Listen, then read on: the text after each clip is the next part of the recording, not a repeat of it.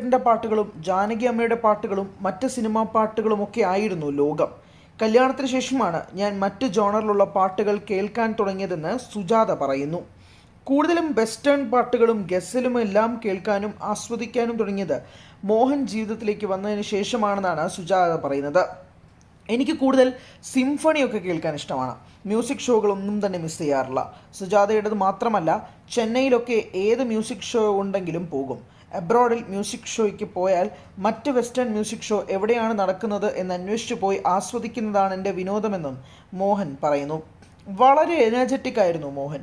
സുജാതയ്ക്ക് വേണ്ടി എൻ ഇളയ പൊന്നിലാവേ എന്ന പാട്ടും പാടുന്നുണ്ട്. അപ്പോഴാണ് മോഹൻ സാർ എപ്പോഴും ഇതുപോലെ റൊമാൻറ്റിക് ഹാപ്പി പേഴ്സൺ ആണോ എന്ന അവതാരകയുടെ ചോദ്യം ആണോ എന്ന് മോഹനോട് തിരിച്ചു ചോദിക്കുകയായിരുന്നു സുജാത. അതെ, ഞാൻ റൊമാൻറ്റിക് ഹാപ്പി പേഴ്സൺ ആണെന്ന് മോഹൻ തിരിച്ചു പറയുകയും ചെയ്തു. 43 വർഷത്തെ ദാമ്പത്യ ജീവിതമാണ് സുജാതയും മോഹനും ഇപ്പോൾ പങ്കുവച്ചിരിക്കുന്നത്.